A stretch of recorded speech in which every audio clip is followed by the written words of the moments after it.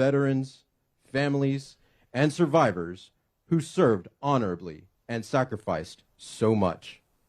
This year is a particularly significant ceremony as it occurs during our nation's 250th birthday.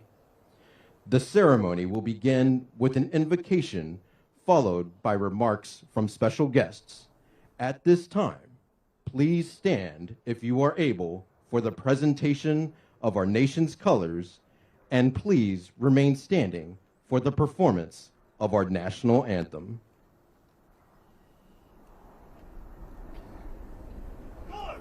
Forward! March! On! On! On! On! On! On! On! On! On! On! On! On! On!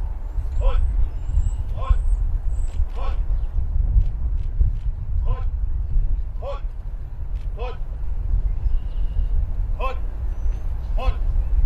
On! On! Hut! Hut! Hut! Colors! Halt! Colors! Reset! Arms!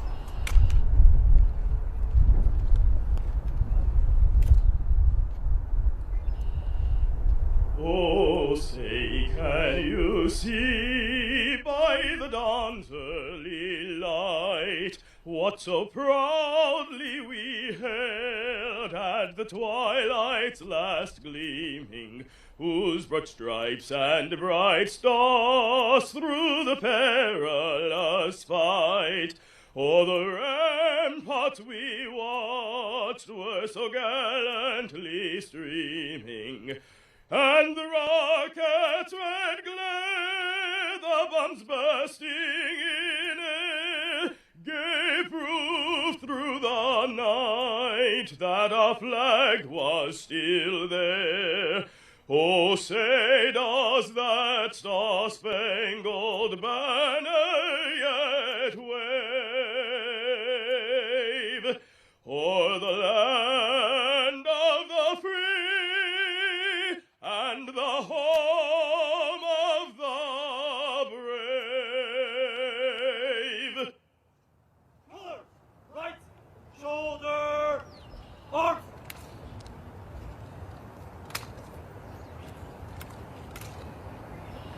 Distinguished guests, please remain standing for the invocation. For today's invocation, please let me introduce Chaplain Kimberly Willis, Executive Director of Chaplain Service for the United States Department of Veterans Affairs. Good morning.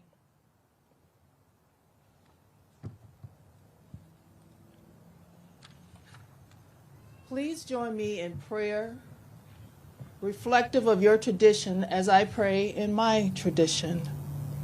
Gracious and sovereign God, on this sacred day, Vietnam War Veterans Day, we gather where memory lingers like morning mist and gratitude rises like the sun. We come anchored in your word, which states that the Lord is close to the brokenhearted and saves those who are crushed in spirit.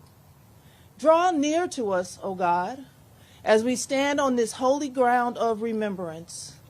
We remember those who answered the call, who walked into valleys unknown. Guided by duty, sustained by courage, they moved through shadows and fire, yet held fast to something greater than themselves, each other, their families, their country, their God. So we honor those who did not return, seeds sown into the earth of a distant land, yet rising in legacy, in memory, and sacred trust. Receive them, O God, into your eternal keeping. Let light perpetual shine upon them like stars that refuse to be extinguished. We lift before you those who came home but carry echoes of the battlefield within, for bodies that bear the weight of history, for minds where memories linger like unending light, for spirits thirsting for peace. Be their refuge and their restoration. As you have spoken, he heals the brokenhearted and binds up the wounds. So bind, O God, what has been broken. Speak peace into the storm within. Let healing flow like a quiver through every unseen place of pain. We remember the families, those who stood as watchful sentinels of love, who held faith through absence and embraced both the returning and the unspoken losses they carried. Be their shelter, O God, their strength beneath the weight, their song in the silence. As your word declares, God is our refuge and strength, a very present help in trouble. And now we turn to those still unaccounted for, the prisoners of war, the missing in action, names carried on the wind, yet never lost to you. For you have said, can a mother forget the child at her breast? Though she may forget, I will not forget you. Hold them, O God, in the palm of your eternal care. Sustain the families who wait, whose hope flickers like a candle in the night.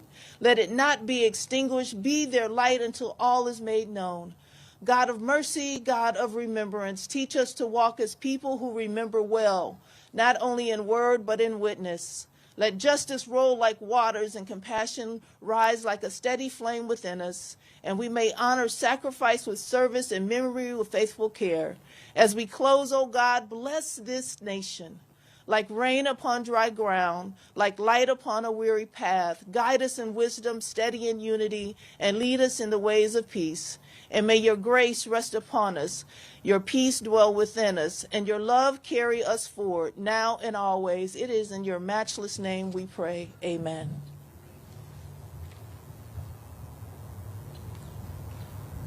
Retire the colors.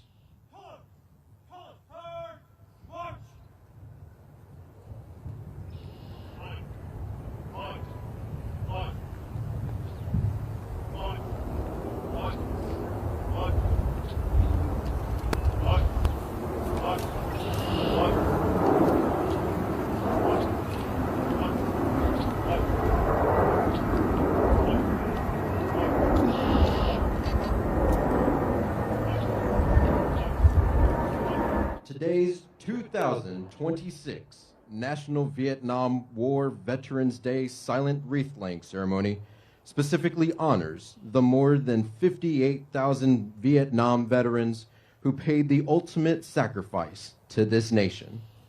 In addition, we also recognize the 1,560 service members and civilians still missing and unaccounted for from that conflict. At this time, we will now observe a moment of silence to honor those who are unaccounted for and their families. Please reflect quietly during this time.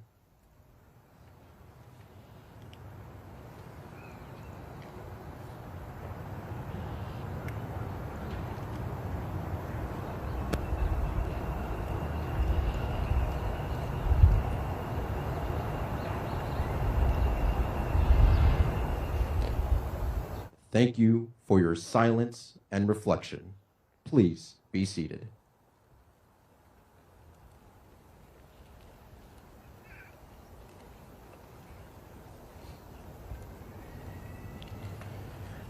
I'm pleased to introduce the President of the Vietnam Veterans of America, Mr. Tom Burke, representing those veterans who served.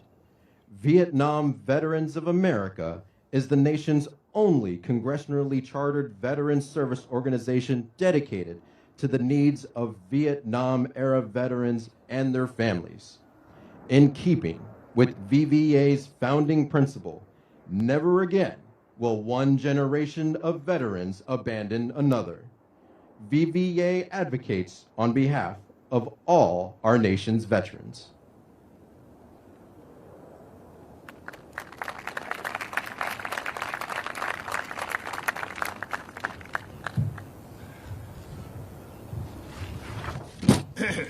Good morning, everyone. Today we mark the Vietnam Veterans Day ceremonies, a day to not simply remember a war, but to recognize the men and women who served during one of the most difficult chapters in our nation's history. For 250 years, Americans have been answering the call to service in our nation's military. For many Vietnam veterans, during the years of Vietnam, coming home was not the moment of welcome and appreciation that earlier generations experienced.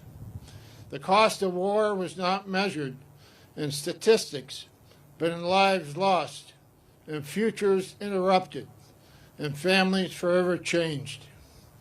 Instead of parades and open arms, too many of us returned to a country deeply divided over the war. The anger about conflict was too often directed at the young Americans who fought the war. Many Vietnam veterans were ignored. Many were disrespected. Too many were blamed. The veterans who served were not responsible for the war, but they answered the call to serve their country anyway. Their experience shaped an entire generation. They gave birth to the Vietnam veterans' guiding principle. Never again will one generation of veterans abandon another. For the past 9 years, our nation has marked March 29th as Vietnam Veterans Day to thank and honor Vietnam veterans who gave so much.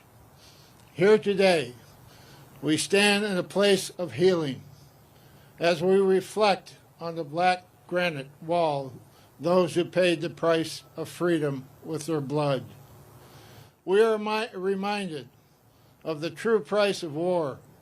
Each name represents someone who was loved, a husband, a father, a son, a daughter, brother, sister, neighbor, or even a friend.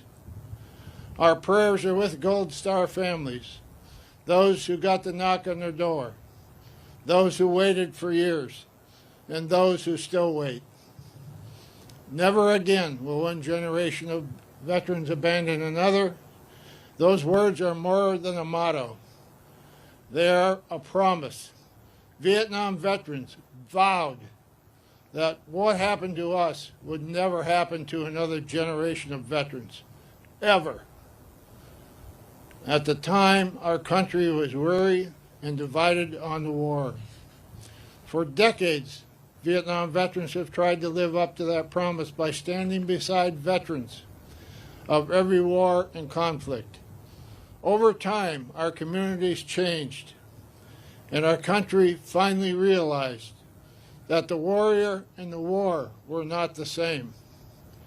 Cities held parades long overdue, and America began to say, thank you. Today, many Vietnam veterans are now in their 70s and 80s. I call them mature guys. We have become senior statesmen in the veteran community, and that carries both responsibility and opportunity. We have the opportunity to pass along the lessons that we learned. We also have the responsibility to teach younger veterans how to care for one another, how to advocate for those who had PTSD, victims of Agent Orange, toxic exposure, and the list goes on. How to continue strengthening the bond between the military and the nation. No matter how you feel about the war, never take the matter out on the warrior who fought that war. The truth is simple. Veterans need to take care of each other, but the responsibility does not rest with veterans alone. To those in the audience today who may not have served in uniform, we ask a very simple thing. Don't blame the warrior for the war. The men and women who serve do so because your country asked them to. And when they come home, they deserve our respect, they deserve our support, they deserve help to transition back into civilian life. When veterans come home, I can assure you they carry experiences that most will never see or fully understand. A little gratitude can go a long ways to making a difference. Vietnam Veterans Day reminds us of not only the past, but of our responsibility to the future. And today, as our nation once again have young Americans fighting a war, the lessons of Vietnam are clear. People may debate the war, but the men and women who sent to fight it must always know their country stands behind them now and when they come home. And it's now my privilege to introduce someone who embodies the values of service, leadership, and dedication. Please help me welcome our Secretary of War, Pete Hegseth.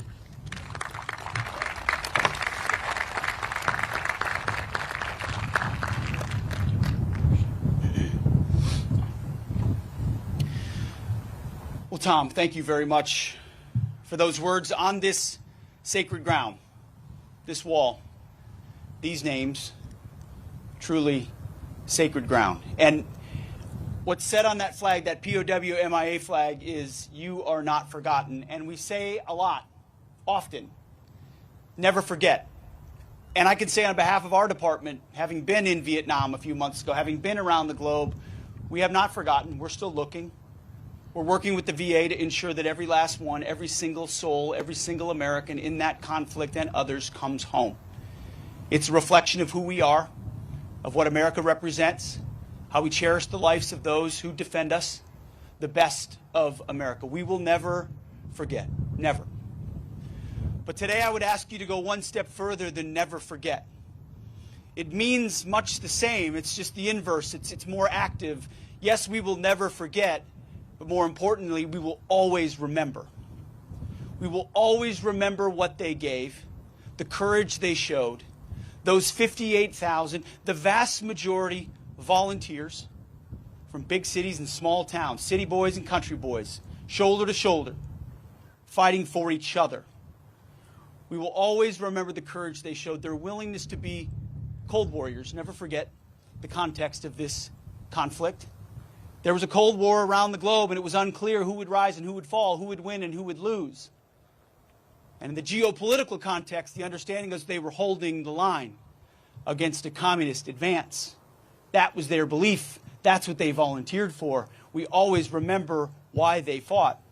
Now, unsurprisingly, politics, politicians, other prerogatives got in the mix, got in the way. Things got complicated.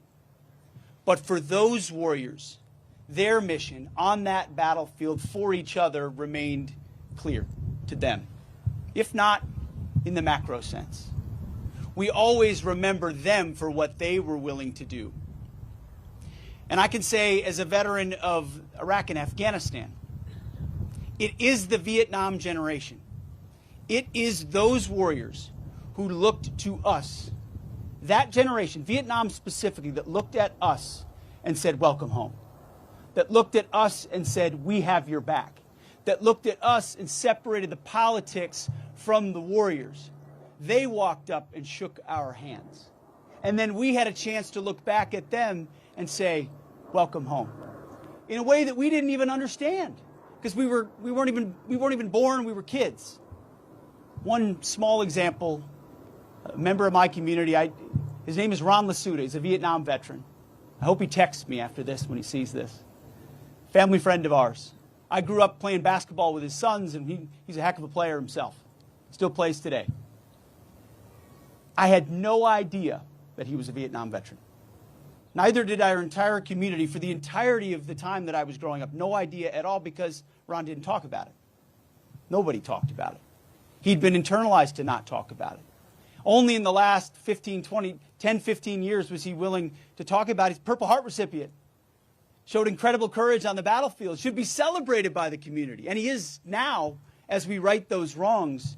But he welcomed me back before I knew at all what he had done, which is a testament how they took the pain that they felt, the rejection that they felt, and they poured it, Tom, as you said, into the next generation. To never forget and to always remember. And now it's veterans of this generation that turn to those on the battlefield right now, and ensure that they have absolutely everything that they need. That there will be debates in that Capitol building. There will be debates all across the nation. But what we know is that we will have the backs of those warfighters. We will ensure that they are celebrated, that their sacrifice is honored, that every part of our society recognizes that they are the real 1%. The special Americans willing to raise their right hand and commit to something greater than themselves. And what the Vietnam generation did, they did it when it was unpopular. Then when they did it when society told them other things were important, those Americans recognized that putting the uniform on and fighting for their country was the single most honorable thing they could do, whether the country recognized it or deserved them or not. And so on this day, I'm grateful for the VA for recognizing this, holding it up, and honoring Vietnam veterans. We'll do everything we can in our department to continue to do the same, to ensure that we never forget what they did, and that through line continues so that our country never commits the sins that it committed on that generation ever again. And those who repaired it were not the protesters of that time, but were the men and women in uniform who came home, built families, built communities, built churches, built businesses, and then poured into the next generation of warriors who came home and ensured it never happened again. So may we always remember what they did and continue to live it through to the current generation. May God bless our Vietnam veterans. Thank you.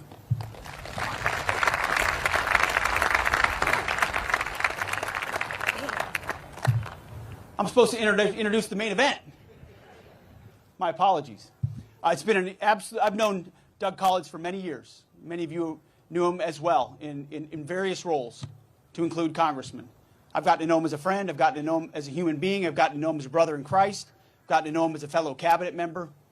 You have nobody better with a deeper heart for our veterans than Doug Collins. It's an honor to stand with him each and every day on behalf of our veterans. Ladies and gentlemen, the Secretary of the VA, Doug Collins.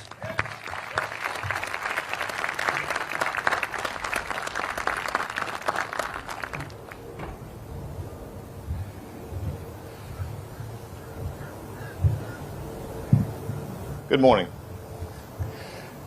You know, when I was walking down and listening to Tom and Pete, my mind goes back to a time almost 38 years ago.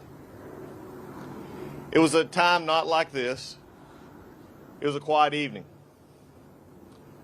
And a young Hill intern who had nothing to do that night said, I want to go by and see the wall. And I walked the same path that I walked about 15 minutes ago, except by myself.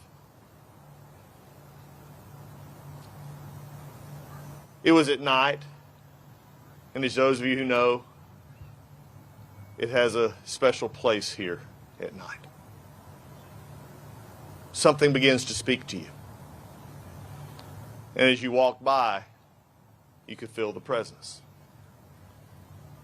We have many of you who have served in Vietnam. Some of our Medal of Honor recipients and soon to be are those who served in wars like myself and Pete in a faraway place called Iraq. But on that night, I had no idea what my future held. But I could hear the voices of this wall. I didn't know what to expect. It was my first time. As I walked down through there, I began to see the very things that you see at the foot of this wall now. I stopped to read the letters. I noticed the note from a young girl that said, Dad, I miss you. I wish I could tell you. I see packs of cigarettes. Yeah, even a beer can. But as I continue to walk down, I also notice flags, flowers, pictures, poems, and letters. It was at that moment it began even more in me as a young child who I go back another 15 years was watching on TV a war that I didn't really understand to be too young, but I did understand what it looked like, and I understood when they scrolled the names, and I understood when they talked about problems far away from my little home in Gainesville, Georgia. You see, when you begin to put things together, it leads you from your past to your future. Last year was 50 years of us leaving Vietnam. I choose not to look at it as 50 years of remembrance that we have. I now choose to look at this next year as an eternity of looking forward and taking the lessons that were given to us. The lessons of sacrifice and love. The lessons of a young man who I served with in the Georgia State House, who was, when he was young, came home, and I remember sitting in the little anteroom off the Georgia House floor, and he looked at me because I was getting ready to deploy. And this is a man who didn't say a lot, Tom. But he began to talk, and with tears welled up in his eyes, and he said, I'm going to tell you something, Doug. When you come home, I'm going to be there. He said, I'm going to say, it's good to see you. He said, because when I got home, I got into a cab, and the cab driver looked at me and saw me in my uniform, and he said, did you just come over? And I said, yes, I just got home. He said, get out. Never again. The warriors of this country are the ones who support everything that we get to do. From the press to the protesters, from the good to the bad, it is those who raise their right hand and say, I will go because others have went before me. I will go because I have been given more than I could ever repay. When President Trump honored me by putting me in this position, a lifetime of experience began to come together. Not something I expected. And just as I was walking down just a few minutes ago, I never thought that my pathway to the VA would be a pathway that started over 38 years ago, with the voice of this wall still speaking to me. The Vietnam veteran changed the VA more than any generation it has been around. It came back and was met with not the adequate care that it should have gotten. It came back and met with almost, frankly, no care and left by themselves. They stood up and said never. They stood up and said not again. They stood up and helped shape us into the VA we are today. Vet centers are there because of the Vietnam generation. The vet centers that I think are the greatest thing in the world because they hit every veteran no matter where they are, and they say, you have a home here. They took our hospitals and said, you got to learn to treat us better. They took our benefits and went to Congress and said, you're missing some, and we don't want to forget. And for those of us who still long for those over 1,000 to come back home, we will never stop, we will never forget, and they will always be on our mind. But when a generation impacts a country like the Vietnam generation did, and the generation of people that I serve as Secretary of VA, and those that Pete does at the Secretary of War, it's a reminder that these names will be forever etched. There may be fewer things placed at the base. There may be some who don't have a personal memory. But for those of us who will gather every year on this day, we will remember. But then I also promise you this. We will look forward. We will take what this generation gave to us, and we'll never stop asking, especially at my department, who we put first, and that is the veteran. Because Vietnam taught us that if we don't put the veteran first, this country has put itself last. And I will never stand for that. And those who are gathered here and those that are walking by today, hear my voice clearly. from this president on down, there's a solemn meaning to the word service. There's a solemn meaning to the word sacrifice. And we will never forget, but we will look forward. Because I have found that sometimes when you look backwards too much, you forget where you're going. Thank you to this generation who could have stopped, who could have got mad, who could have got bitter, who could have turned away from the very country that had sent it. But thank God you remembered why you raised your right hand, why you went. Because when you came home, you looked forward. And it is that forward that brings us here today. For generations may not hear what I speak or any of us spoke today, but I do know that as long as veterans band together, is this brotherhood and sisterhood of those who serve, remember, we'll always remember why this country is strong. We'll always remember why we are the light of the world, because we treat those who serve us as they should be treated. Veterans first is simply our guiding principle at the VA. But for those of you who didn't hear it, for those of you who had to suffer through it, for those of you who had to take your pain and turn it into positive for those that came after, all I'll have to say is on this day, again, as all others, welcome home, and God bless you.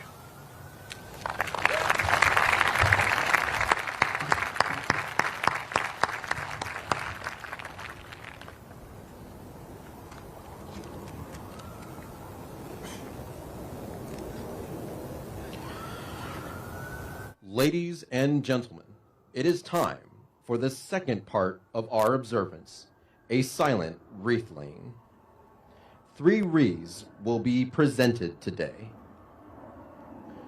The first, the center wreath for National Vietnam War Veterans Day, will be laid by the Secretary of Veterans Affairs, the Honorable Doug Collins, the President of the Vietnam Veterans of America, Mr. Tom Burke, and the Secretary of War, the Honorable Pete Hegseth.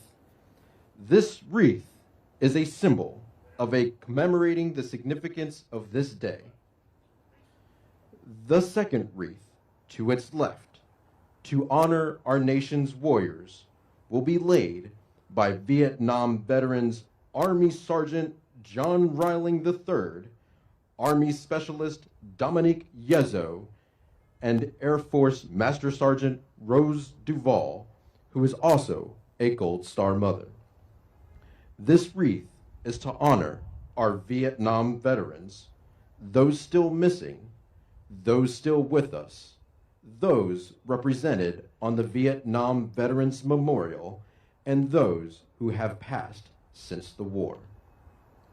The final wreath, to the right, is to honor our warriors' families and will be laid by the Gold Star wife of Lieutenant Commander Barton S. Creed, Miss Susan Creed Percy, the Gold Star daughter of Lieutenant Colonel Anthony C. Shine, Miss Colleen Shine, and Carrie Rogers, son of Major Charles E. Rogers, who remains missing and unaccounted for.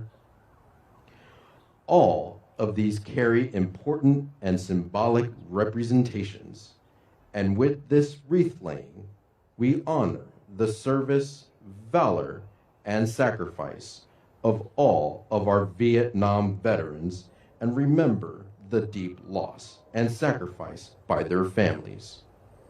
There will be a moment of silence after each wreath is laid.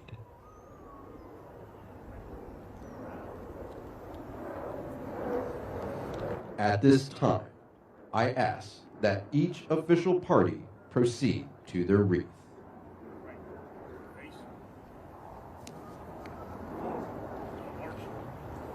Taps will be played after all 3 wreaths are laid and will mark the conclusion of today's ceremony. As a reminder, when taps is sounded, stand if able, and render honors by placing your right hand over your heart or rendering a hand salute. For all observers, I ask that respectful silence is maintained throughout the ceremony. After the formal wreath laying, the ceremony will conclude.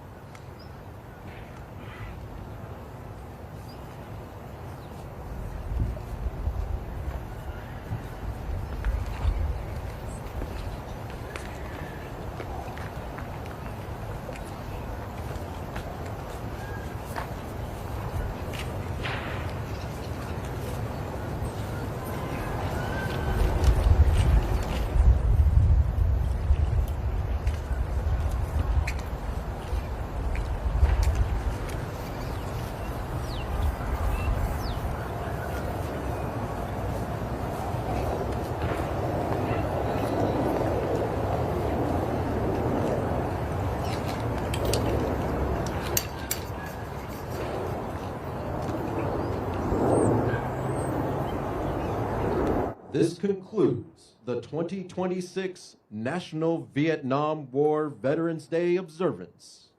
Please remain in place for the departure of the official party.